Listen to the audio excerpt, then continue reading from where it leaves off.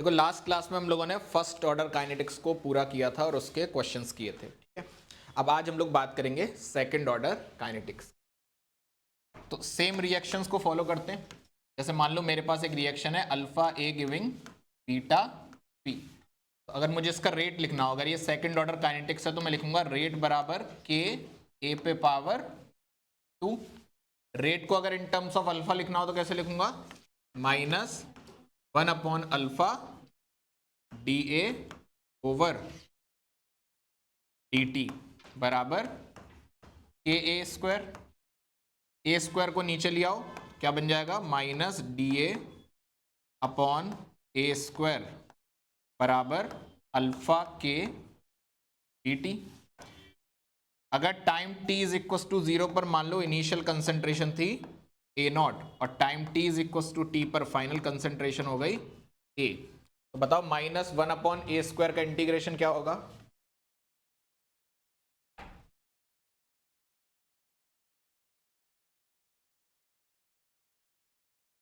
बोलो भाई, 1 upon A square का बता दो, माइनस छोड़ो। तो 1 अपॉन ए स्क्वायर का करोगे तो आएगा माइनस 1 अपॉन ए, है ना, और माइनस माइनस क्या हो जाएगा, प्लस। तो यहां पे लिखो 1 अपॉन ए, लिमिट लगेगी ए नॉट से लेके ए तक बराबर, यहां पे क्या हो जाएगा अल्फा के टी और लिमिट लगेगी 0 से लेके टी तक। तो अगर इसको ओपन करोगे तो क्या बन जाएगा 1 upon A minus 1 upon A naught बराबर alpha K T. This is the integrated rate law for second order reaction.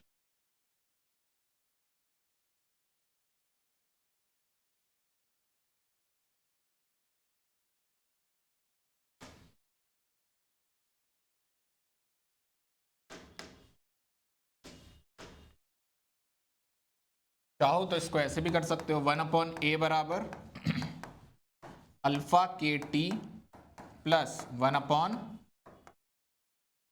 A not. अगर मान लो मुझे 1 अपॉन ए वर्सेस टी का ग्राफ बनाना है, तो इंटरसेप्ट भी पॉजिटिव और स्लोप भी पॉजिटिव, ग्राफ कैसा बनेगा, इस तरीके से। यहां पे ये वैल्यू कितनी हो जाएगी 1 अपॉन ए नॉट और स्लोप हो जाएगा अल्फा के। तुम चाहो तो यहां से एलसीएम भी ले सकते हो, तो यहां क्या लिखोगे 1 अपॉन ए बराबर ए naught alpha K T plus 1 upon A not. तो ए की वैल्यू यहां से क्या आ जाएगी, देखो ए की वैल्यू आ जाएगी आपकी, ए नॉट ऊपर पहुंचेगा upon 1 plus A naught alpha K T.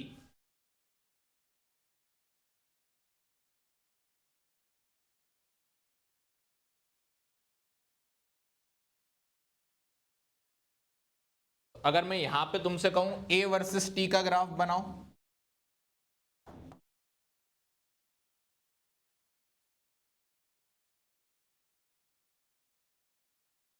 A versus T का ग्राफ कैसा आएगा। अगर t इज इक्व टू 0 रखोगे तो ये पूरा टर्म 0 हो जाएगा। ए की वैल्यू किसके बराबर आएगी, ए नॉट के। और उसके बाद बताओ क्या होगा, अगर तुम t की वैल्यू बढ़ाओगे तो क्या a की वैल्यू घटेगी, और कैसे घटेगी, y is equal to 1 upon X के तरीके से, बोलो। तो ग्राफ बनेगा ऐसा। ये रेक्टेंगुलर हाइपरबोला नहीं है क्योंकि ये यहां पे कट रहा है ना, और यहां पे वैल्यू कितनी है ए नॉट। अगर तुमसे आर वर्सेस ए का ग्राफ पूछा जाए, रेट वर्सेस ए का, कैसा ग्राफ होगा, पैराबोलिक।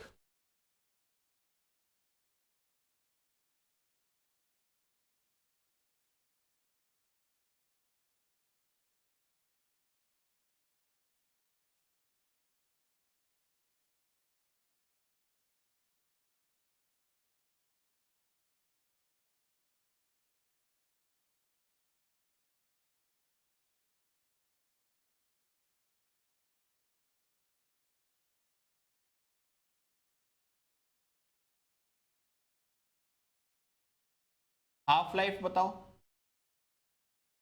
सेकंड ऑर्डर रिएक्शन की। तुम बोलोगे टी हाफ।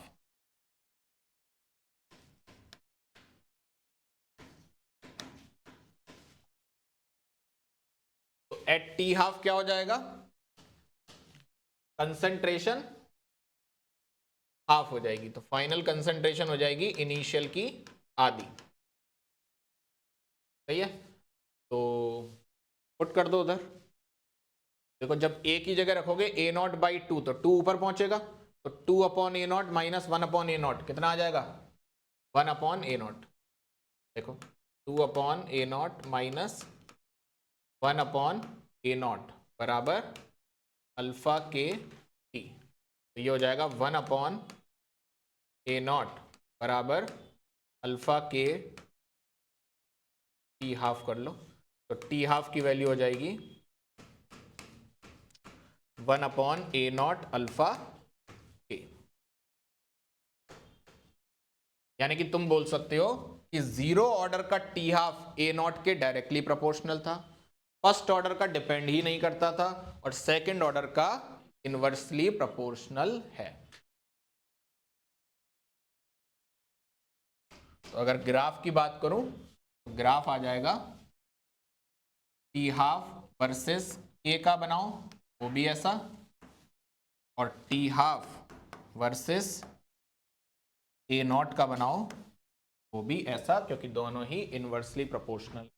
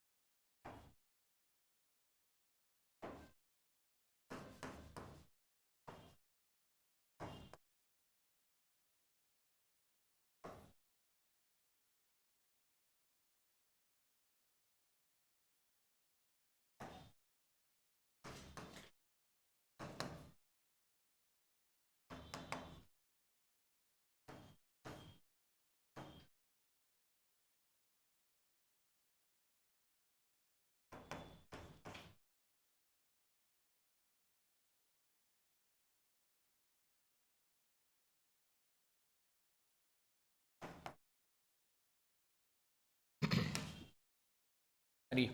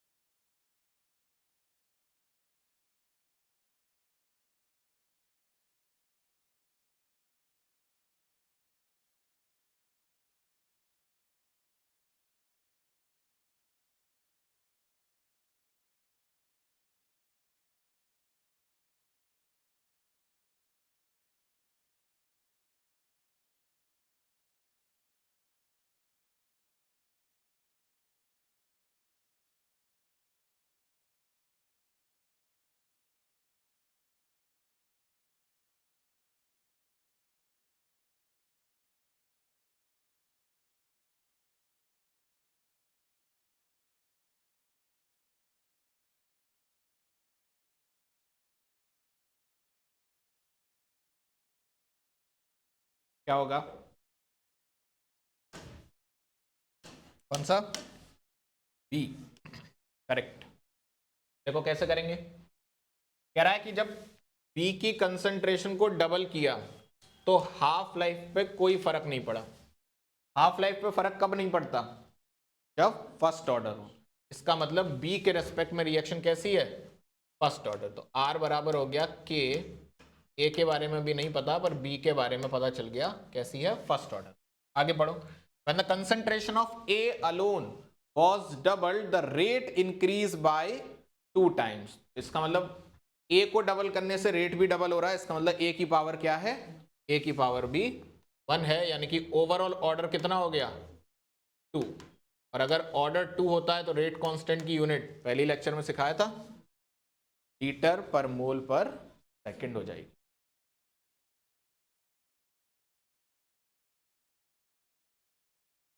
ठीक है। अब देखो सेकंड ऑर्डर रिएक्शन के एग्जाम्पल की बात करते हैं जरा। तो एनसीईआरटी में कुछ एग्जाम्पल दे रखे हैं। जैसे देखो तुम्हारे पास H2O2 है, ठीक है, तुमने उसकी रिएक्शन I माइनस से करवाई अल्कलाइन मीडियम में। ठीक, देखो क्या होगा। तुम पाओगे कि ये कन्वर्ट हो जाएगा 2H2O प्लस O2 में। ठीक, I माइनस को ऑब्वियसली ऑक्सीडाइज कर देगा, भी उसकी बात करेंगे। तो जब इसके रेट को देखोगे तुम, रेट, तो रेट बराबर आता है KH2O2 इंटू I माइनस, यानी कि ये कौन से ऑर्डर की रिएक्शन है? सेकेंड ऑर्डर की। अब अगर तुम इसकी मैकेनिज्म देखो तो ये 2 स्टेप में होती है, स्टेप 1 और स्टेप 2। बड़े ध्यान से देखते रहना, ये सब एनसीईआरटी की बात है। अब ये डायरेक्ट पूछ लिया जाएगा।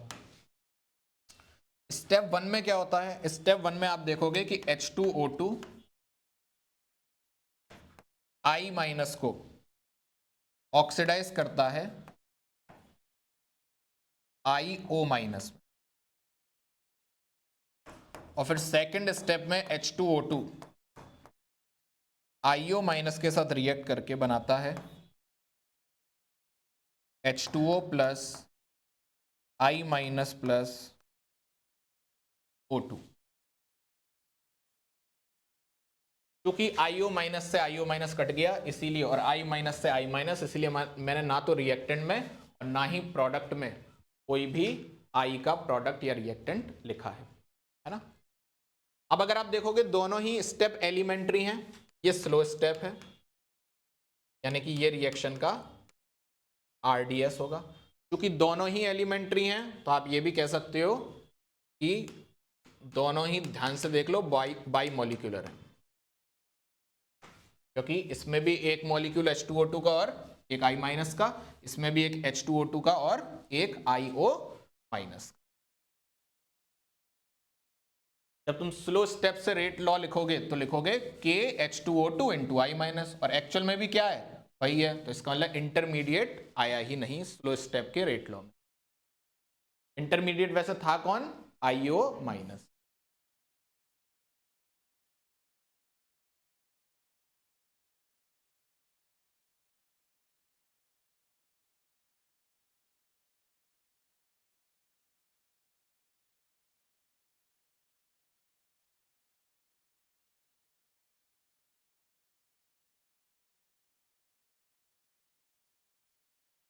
हो गया। अब मान लो अगर मैं इसी रिएक्शन को एसिडिक मीडियम में कराता, अब यहां पे इंपॉर्टेंट चीज है जरा, इन एसिडिक मीडियम, अब यहां समझना, यहां पे हम क्लॉक रिएक्शन की बात करेंगे। तो एसिडिक मीडियम में क्या होता है, H2O2 liquid plus 2I minus aqueous, balance याद रखना ये reaction, plus 2H plus aqueous. यानी कि जब एसिडिक मीडियम में आप रिएक्शन कराते हो तो ये चली जाती है I2 में, I2 gas plus H2O liquid. अब I2 कितना बना ये हम कैसे पता लगाते हैं, हाइपो से रिएक्शन करा के। आप ले लो S2O3 2 माइनस एक्वस, इसकी कंसेंट्रेशन मुझे पता होती है, जब इसकी रिएक्शन आप कराते हो तो ये बना लेता है S4O6 2 minus aqueous plus 2I minus aqueous. अब इसकी थोड़ी सी थियरी लिख लो, पहले ये रिएक्शन लिखो।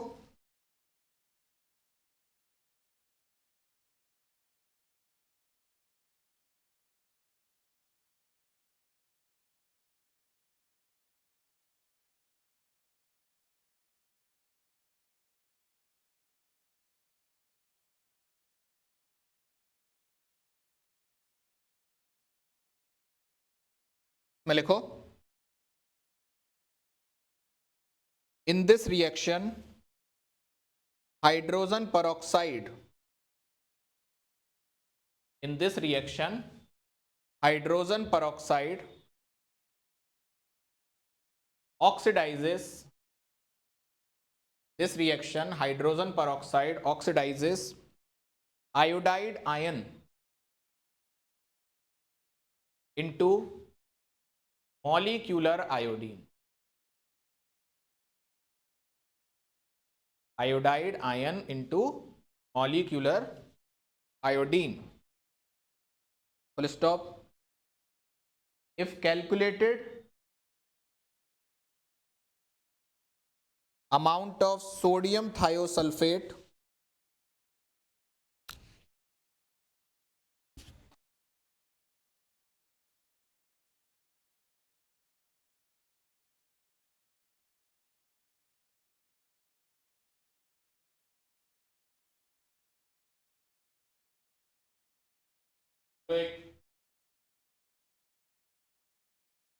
नाम पापा का,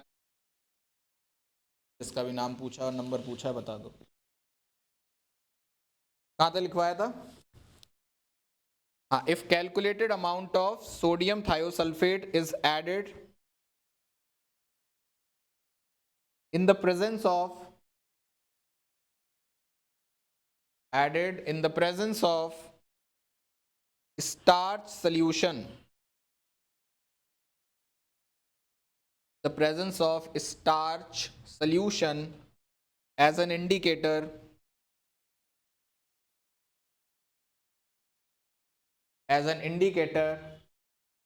to the above reaction mixture,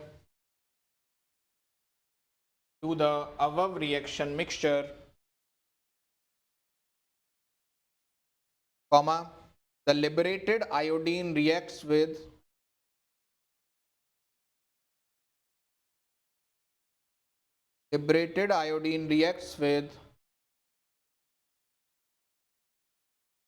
thiosulfate ion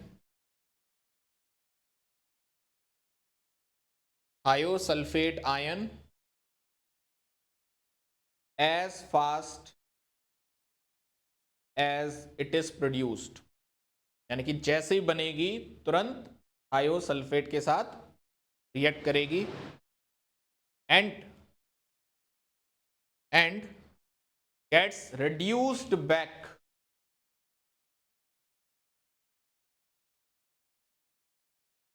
to I minus या iodide ion,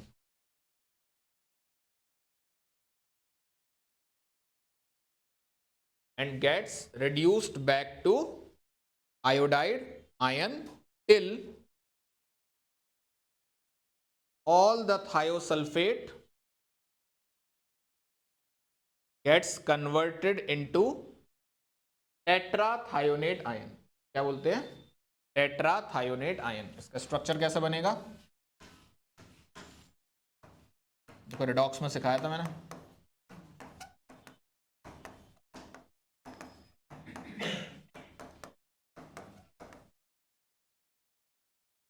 S4O6 2 माइनस।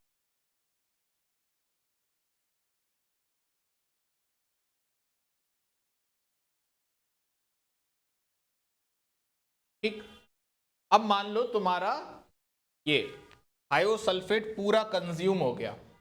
ठीक, तो क्या होगा? I2 इसके साथ रिएक्ट नहीं कर पाएगा और आयोडीन की प्रेजेंस रिएक्शन मिक्सचर में बढ़ती चली जाएगी। तो इस चीज को लिखो, after the complete combustion of thiosulphate ion, after the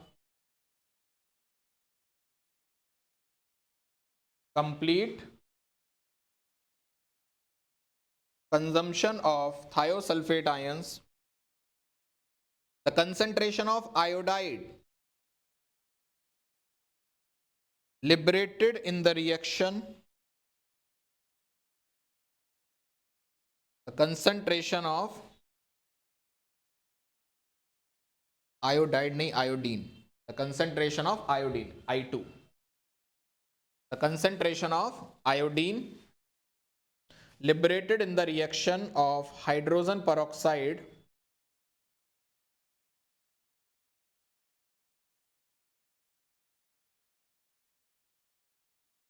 increase rapidly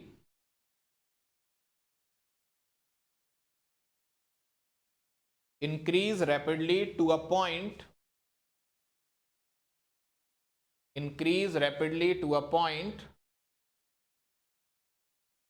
when iodine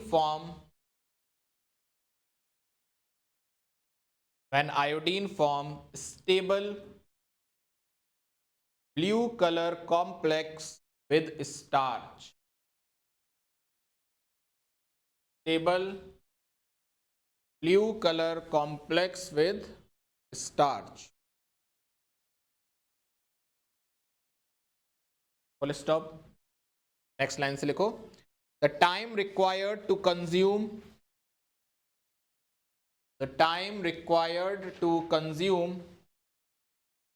fixed amount of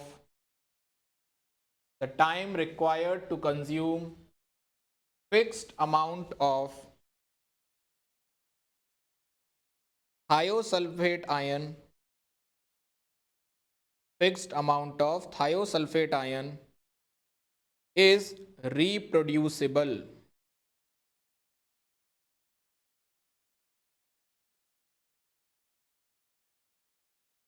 Full stop। Since the time for the appearance of color is noted, since the time for the appearance of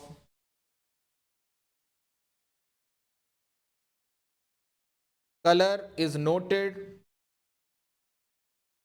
the reaction is sometimes called as clock reaction.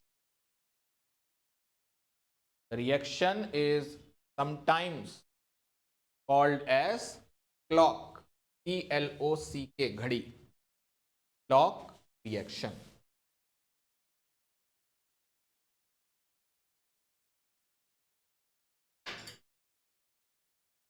अब अगर तुम इसमें time calculate कर रहे हो या मतलब देख रहे हो किस टाइम पे तुम्हारा कॉम्प्लेक्स बन रहा है, तो ये इंपॉर्टेंट है कि तुम रिएक्शन को बहुत गड़ी नजरों से देखते रहो। कहीं ऐसा नहीं कर सकते तुमने रिएक्शन लगाई और तुम कहीं पे चले गए। बोलो भाई, तो प्रिकॉशंस कुछ लेने पड़ेंगे, तो हेडिंग लगाओ प्रिकॉशंस। 2022 जेई मेन में ये प्रिकॉशन पूछे गए हैं और ये टॉपिक नीट में ऐड हो चुका है। हो सकता है अगली बार ये प्रिकॉशन ही नीट में आए। देखिए,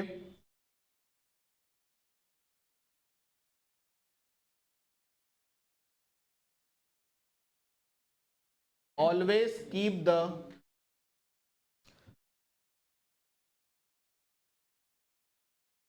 concentration of thiosulfate solution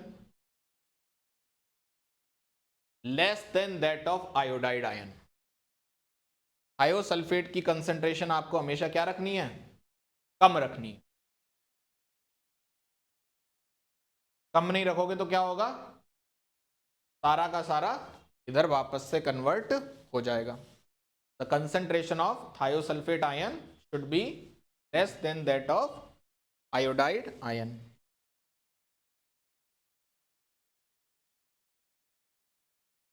starch को कभी भी यूज करा जाता है तो कैसे यूज किया जाता है? Freshly prepared. दूसरा लिख लो, always use the freshly prepared starch solution.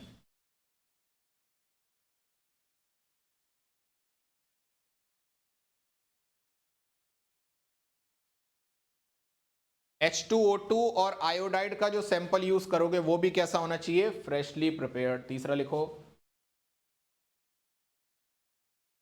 fresh sample of H2O2 and Ki, potassium iodide लिख लो या केवल I माइनस लिख लो। I माइनस के साथ कुछ ना कुछ तो होगा ही, सॉल्ट ही तो लोगे। Should be used.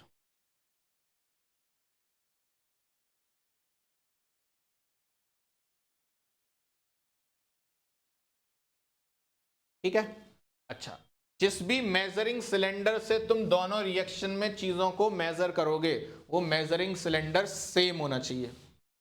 ऐसा नहीं तुमने स्टेप 1 में कोई दूसरा सिलेंडर यूज किया और स्टेप 2 में तुमने कोई दूसरा सिलेंडर यूज कर लिया, पहली चीज। और दूसरी चीज, पहले सिलेंडर मतलब पहली रिएक्शन में सिलेंडर यूज करने के बाद दूसरी रिएक्शन में यूज करने से पहले अच्छे से धोना है और उसके बाद सुखाना है। ये सारे प्रिकॉशन याद रखने हैं क्योंकि जेईई मेन 2022 में प्रिकॉशन ही पूछे गए हैं।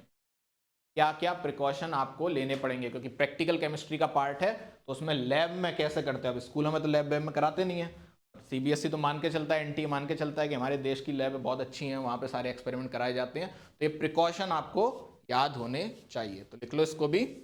Always use the same measuring cylinder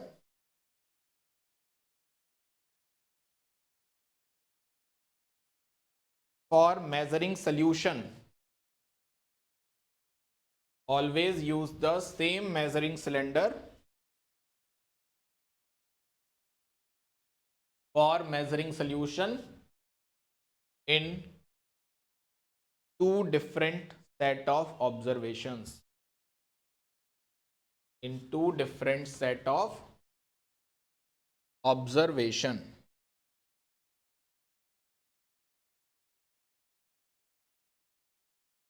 और उसको भी लिख लो, एक बार यूज करने के बाद धो लेना है, अंग्रेजी में जैसे लिखना चाहो।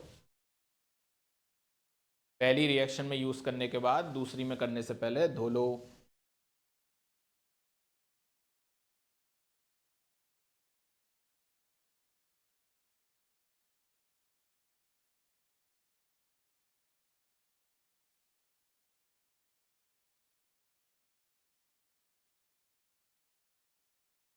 और लास्ट क्या है?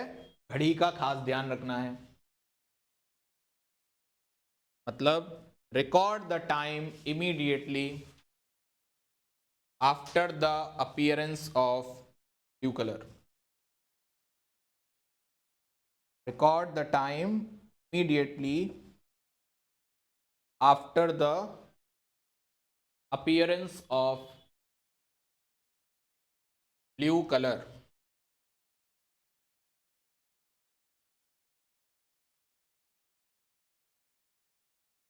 ठीक, चलिए, तो ये थी हमारी सेकंड ऑर्डर रिएक्शन।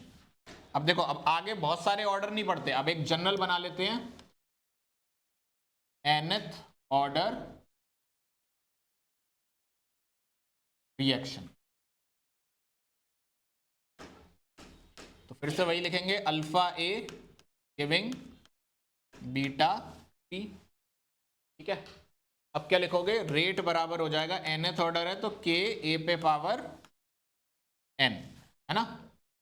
r की जगह क्या लिखोगे? -1 upon alpha D A over D T बराबर k a पे पावर n। ए पे पावर एन को नीचे ले आओ, minus D A upon A पे पावर एन बराबर alpha K D T. Time t is equal to 0 पर इनिशियल कंसंट्रेशन मान लो ए नॉट थी, time t is equal to T पर ए हो गई,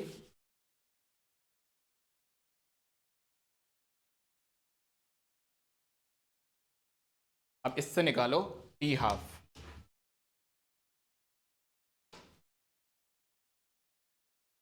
तो टी हाफ के लिए यहां पे क्या पुट करूंगा, ए नॉट बाई 2, तो फॉर टी हाफ ये हो जाएगा 2 पे power n minus 1 upon A naught raise to the power n minus 1 minus 1 upon A naught n minus 1 is equal to n minus 1 alpha K T. LCM ले लो, A naught raise to the power n minus 1, 2 raise to the power n minus 1 minus 1 is equal to n minus 1 alpha K T half. जब यहां से value निकालोगे T half की, ये आ जाएगा T half is equal to 2 raise to the power n minus 1 minus 1 upon n minus 1 alpha K A naught n minus.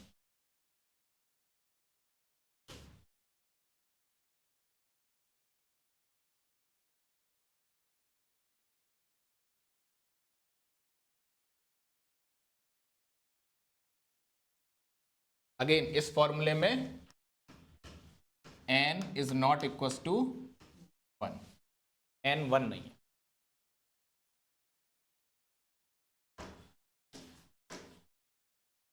अब देखो यहां से मैं एक चीज बोल सकता हूं कि T half is inversely proportional to k for every order. किसी भी ऑर्डर की रिएक्शन हो, टी हाफ हमेशा k के इनवर्सली प्रोपोर्शनल है। इवन फर्स्ट ऑर्डर में भी 0.693 अपॉन k आया था, है ना। लेकिन T half is inversely proportional to A naught n minus 1, ये भी सही है।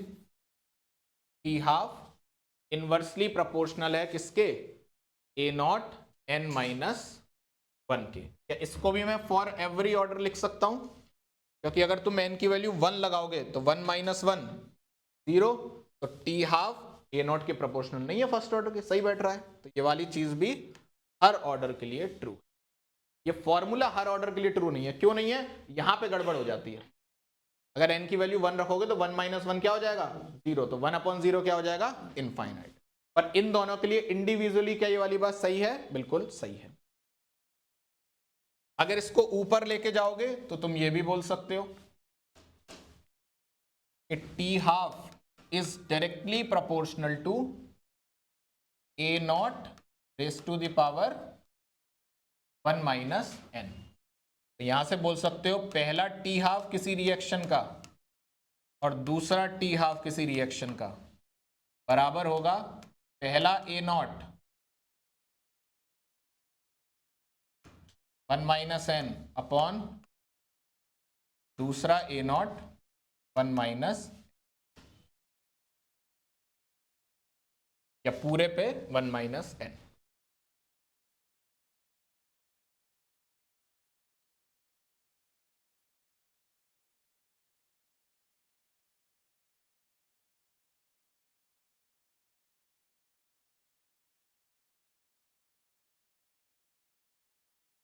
ठीक है, अब ये तो समझ ही गए हो कि ये इनिशियल कंसंट्रेशन है और ये टी हाफ है ना। तो अब बार बार नहीं लिखते हैं टी हाफ, अब मैं T1 T2 कर लेता हूं। इसको हम अपनी सहूलियत के लिए ऐसे याद कर लेंगे, T1 अपॉन T2 बराबर A1 अपॉन A2 पे पावर 1 माइनस n। यहां समझ लेना A1 A2 क्या है, इनिशियल कंसंट्रेशन, T1 T2 क्या है, हाफ लाइफ टाइम।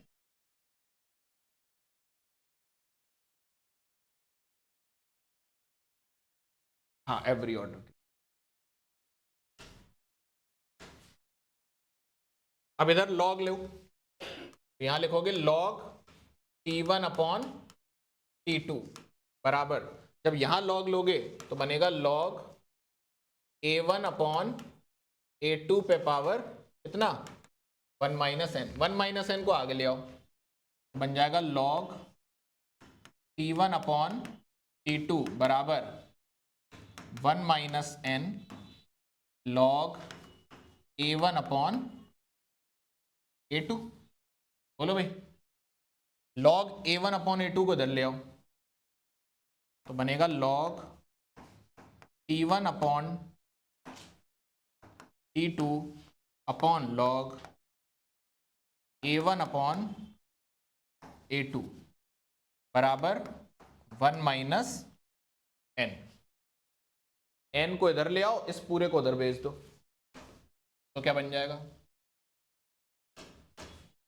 ऑर्डर निकालने का आपने एक और मेथड सीख लिया, एन बराबर हो जाएगा 1 minus log T1 upon T2 log A1 upon A2। Very important, याद रखें।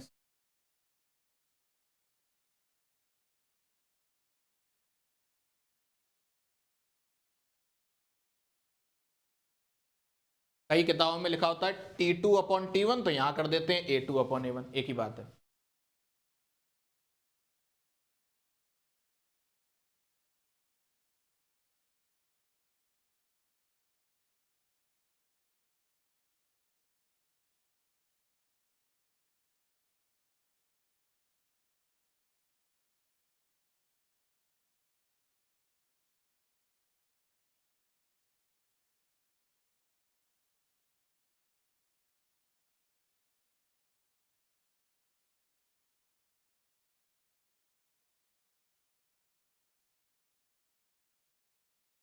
क्वेश्चन देखिए,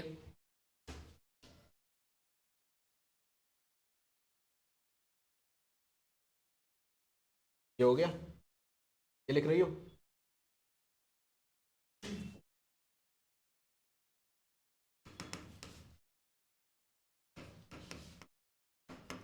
तो मैं कुछ टाइम दे रखे हैं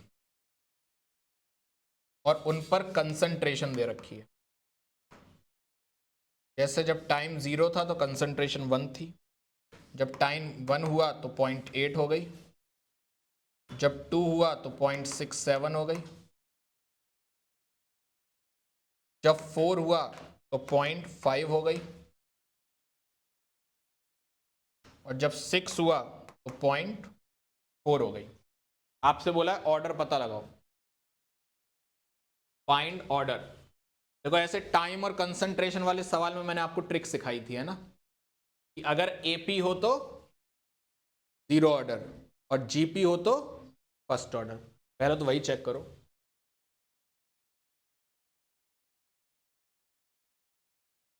टाइम डिफरेंस सेम है, कम से कम इतने दोनों में तो है। क्या ये भी डिफरेंस सेम आ रहा है? नहीं, सेम तो नहीं आ रहा। सेम तो तब आता जब ये 0.6 होता है ना, तो ये 0 ऑर्डर हो जाती।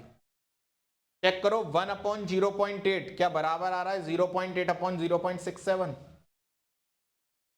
या आप यहां पे भी देख सकते हो, यहां पे भी टाइम डिफरेंस सेम है ना, इन दोनों में भी चेक कर सकते हो। ये वाली चीज कोई भी दो जगह चेक कर लो तो तुम्हें पता लगेगा कि डिवाइड देने पे भी सेम नहीं आ रहा, यानी कि ये फर्स्ट ऑर्डर भी नहीं है।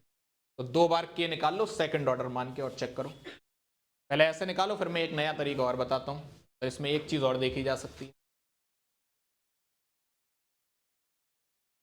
तो 0 और फर्स्ट तो नहीं है, क्लियर हो गया है ना। सेकंड मानते हुए के निकालो।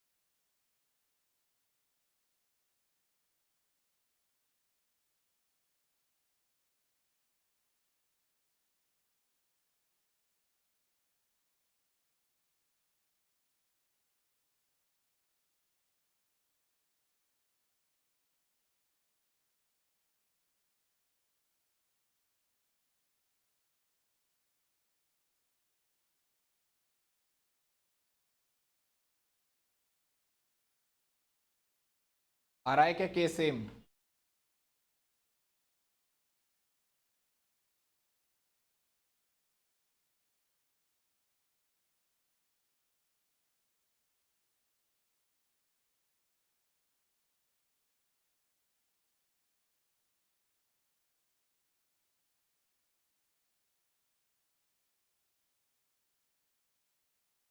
के सेम आया?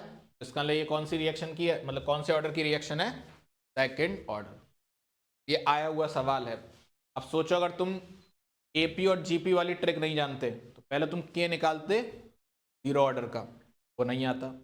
फिर तुम के निकालते फर्स्ट ऑर्डर का, वो भी नहीं आता। तब तुम जाके के निकालते सेकंड ऑर्डर का। ये क्वेश्चन बहुत लंबा हो जाता। अब देखो मैं एक तरीका और बताता हूं इसका। अगर तुम ध्यान से देखो तो तुम्हें इस क्वेश्चन में दो टी हाफ नजर आएंगे। देखो एक से कितना हो गया का टी हाफ, कितना ये टी हाफ, 0 से 4 मिनट। तो जब टी हाफ 4 मिनट था तो इनिशियल कंसेंट्रेशन कितनी थी? 1 थी। देखो एक और दिख गया टी हाफ, 0.8 से कितना हो गया 0.4, और टाइम डिफरेंस कितना है 1 से 6 यानी कि 5। और तब इनिशियल कंसेंट्रेशन कितनी है, लगा दो फॉर्मूला। n बराबर 1 minus log T2 upon T1, तो 5/4 और लॉग 0.8/1 यानी कि 8/10 यानी कि 4/5।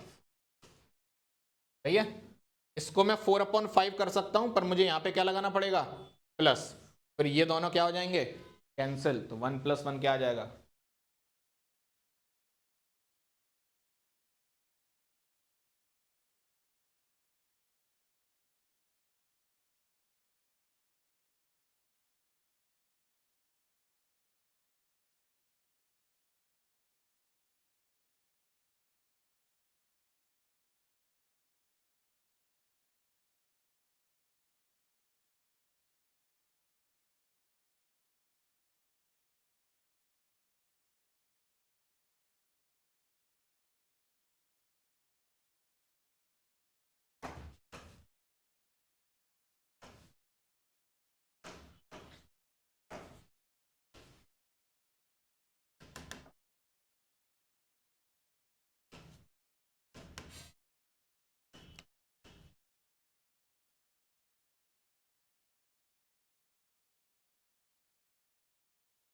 एक रिएक्शन दे रखी है A गिविंग P।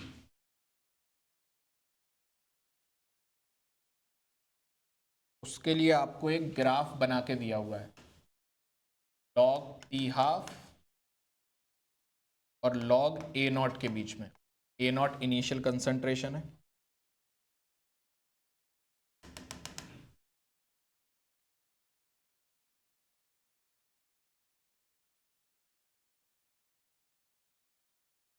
ऑर्डर पूछा है,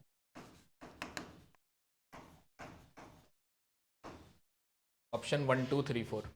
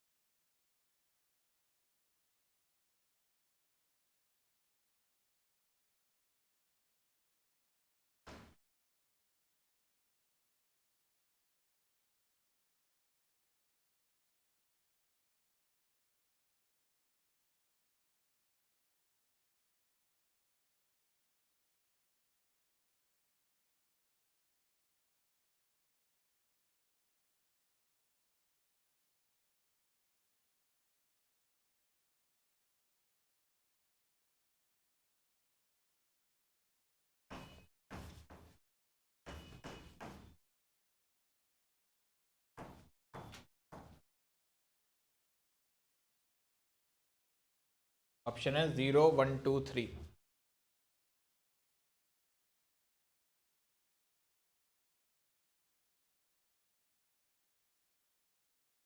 देखने से हो जाएगा टी हाफ बढ़, ए नॉट बढ़ने से टी हाफ बढ़ रहा है, ऐसा किस में होता है? केवल जीरो ऑर्डर में। चाहो तो फॉर्मूले से करना है, तो देखो तुम्हें पता है कि टी हाफ जो होता है वो इनवर्सली प्रोपोर्शनल था ए नॉट पे पावर n माइनस वन के 1 माइनस n माइनस वन। ठीक है, जब प्रोपोर्शनलिटी साइन हटाओगे तो एक कांस्टेंट आएगा, सही है? लॉग ले लो तो यहां हो जाएगा लॉग टी हाफ बराबर log K minus log A naught raise to the power n minus one, और n माइनस वन आगे आ जाएगा, आगे ले लो n minus one log A naught, यही तो बनेगी इक्वेशन, सही है? अब तुम्हें स्लोप कितना दे रखा है? 1045, 1045 बोले तो 1, तो यानी कि माइनस n माइनस वन की वैल्यू कितनी है? 1, तो यानी कि माइनस n प्लस वन की वैल्यू कितनी है? 1, n की वैल्यू कितनी हो गई? 0। अगर फॉर्मूले से करना है तो ऐसे, नहीं तो डायरेक्ट दिख रहा है कि आंसर क्या होगा? 0 ऑर्डर।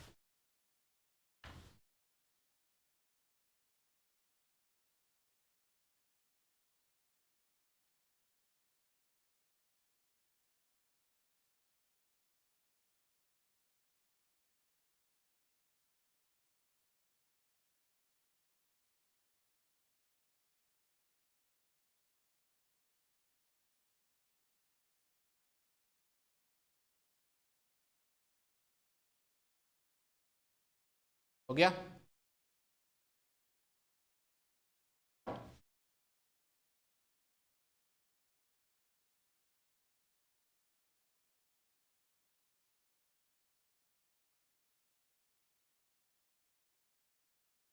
एक और देखो,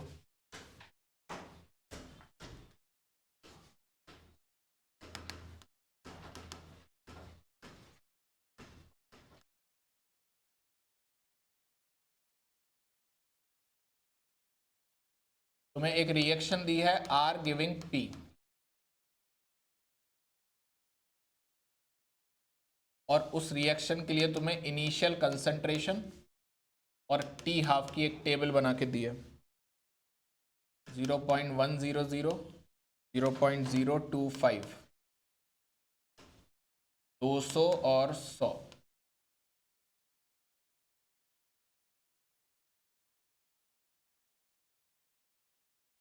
तुमसे पूछा है 4 स्टेटमेंट दिए हैं, कितने ट्रू हैं इनमें से? पहला, order of reaction is half. दूसरा, अगर ए नॉट की वैल्यू 1 मोलर हो जाए तो टी हाफ की वैल्यू 200√10 मिनट होगी। तीसरा, order changes to 1 if concentration changes from 0.1 to 0.005. Option D, T half is 800 minute अगर A नॉट हो जाए 1.6 मोलर। इनमें से कितने स्टेटमेंट करेक्ट हैं? आगे ऑप्शन थे C D A B C, इस तरीके से, वो नहीं लिख रहा, चारों ऑप्शन को चेक करो।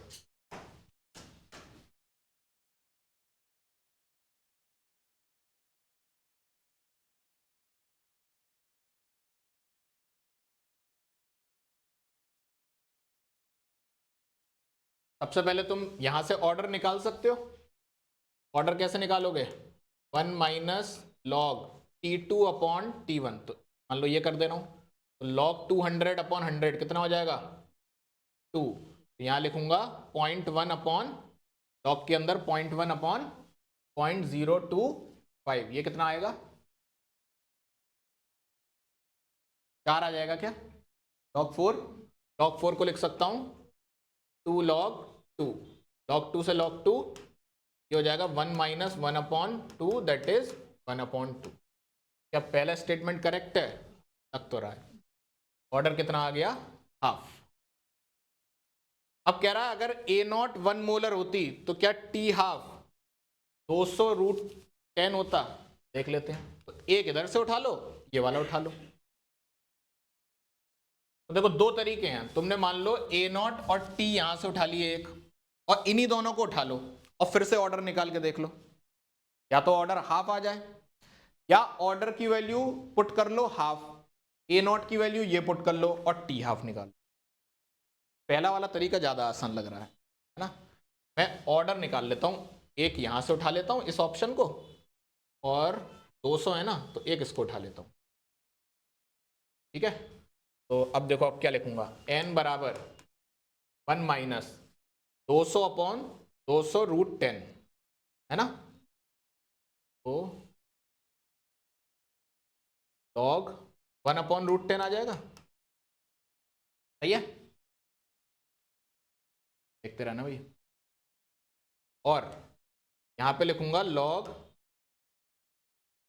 0.1/1, तो ये आ जाएगा 1/10। सही है, तो देखना क्या ये कुछ हो रहा है, ये 1/2 हो जाएगा।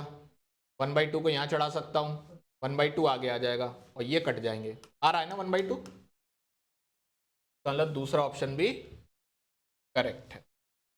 ये बकवास ऑप्शन है, कंसंट्रेशन चेंज करने से ऑर्डर में कोई फर्क ऐसा थोड़ी पड़ता है। ऐसे डी चेक कर लो, तो फिर से कौन सा उठा लें, पहले ही उठा लेते हैं। बोलो भाई, तो 2 टी हाफ हो गए, तो पहला टी हाफ है 200, अगेन n बराबर 1 माइनस लॉग 200/800, कितना हो जाएगा 1/4,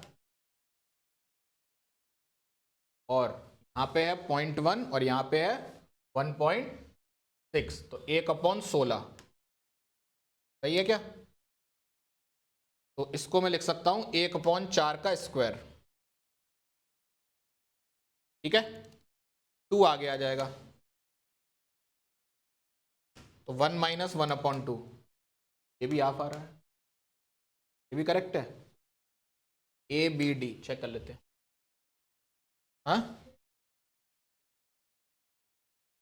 दो क्या होंगे, दो इनकरेक्ट थे, तुम्हें आंसर याद है? चेक कर लेते हैं। हमारे हिसाब से आ रहा है ए बी डी, ऐसा ऑप्शन तो है इसमें। 75 का सी गलत याद है मैडम आपको?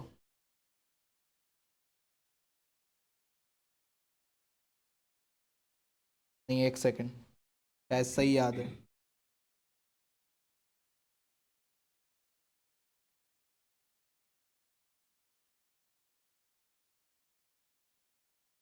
पहला सही है,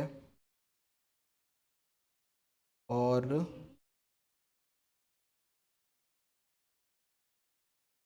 बी भी सही है, सी गलत है, डी भी सही है।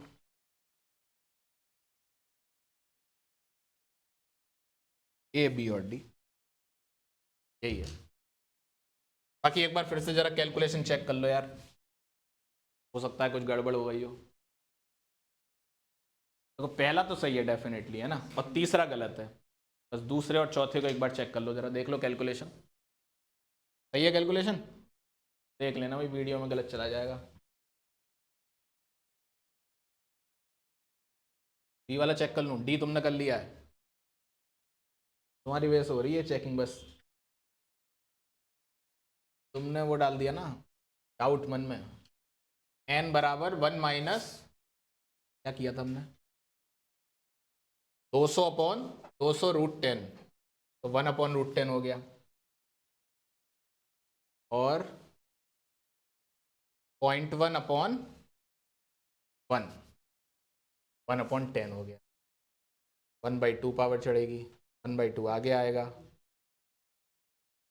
सही तो लग रहा है वैसे।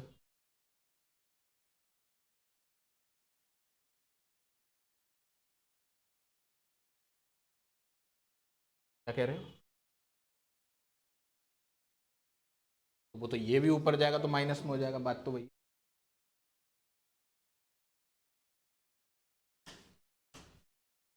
चेक कर लेता हूँ, ऐसी चीज़ों में मैं बहस नहीं करता। तुम कह रहे हो ऐसे कर दूं, तो यहाँ पर भी ऐसे कर देता हूँ, बोलो। तो अब यहाँ -1/2 आगे आएगा, यहाँ -1 आगे आएगा, माइनस से माइनस फिर कट जाएगा, यहाँ भी तो -1 ही आगे आएगा, माइनस माइनस तो फिर से कट गए। सही आ रहा है, सही आ रहा है ना भाई, ए बी और डी। बाकी गलती हुई तो उड़ा देंगे इस क्वेश्चन को वीडियो से।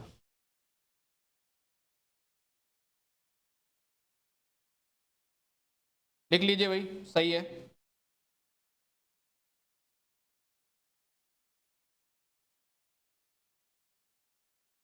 कौन सा, अभी भी कुछ गड़बड़ है क्या? बताओ बताओ। देखो यहां से माइनस बाहर लाए, हाँ ठीक है, n बराबर 1 माइनस, ठीक है। अब ये -1/2 बाहर ले आऊं, ठीक है, -1/2 बाहर ले आया। यहाँ क्या बचा, log 10। यहाँ से क्या बाहर लाऊंगा, -1, -1 बाहर ले आया। यहाँ भी क्या बचेगा, log 10 से log 10 कैंसिल, ये माइनस माइनस हो गया, प्लस ये माइनस भी तो है, 1 - 1/2 कितना आया, 1/2 ही आया ना। सही होगा, अब इतनी गलती भी नहीं करूंगा। डी भी चेक करें, चलो आओ डी चेक करते हैं। डी कहाँ था, ये रहा। और सोचो डी गलत निकला, तब से बी चेक कर रहे हैं। 200/800, ये हो जाएगा 1/4, 2 4 जा 8, हाँ /4, और 0.1/1.6, ये हो जाएगा 1/16। 1/16 को लिख दिया मैंने 1/4 पे पावर 2, 2 आगे आ गया। सही है, तो कुछ गड़बड़ लग रही है? नहीं, तुम्हें ऐसा तो नहीं लग रहा -2 बाहर आएगा? अगर यहाँ -2 बाहर आ रहा है तो यहाँ -1 बाहर ले लेना, एक ही बात है, वो सेम गलती। सही लग रहा है, चलो खैर जो भी होगा देख लेंगे। अब देखो एक काफी इंपॉर्टेंट और थोड़ा टफ माने जाने वाला सेक्शन है,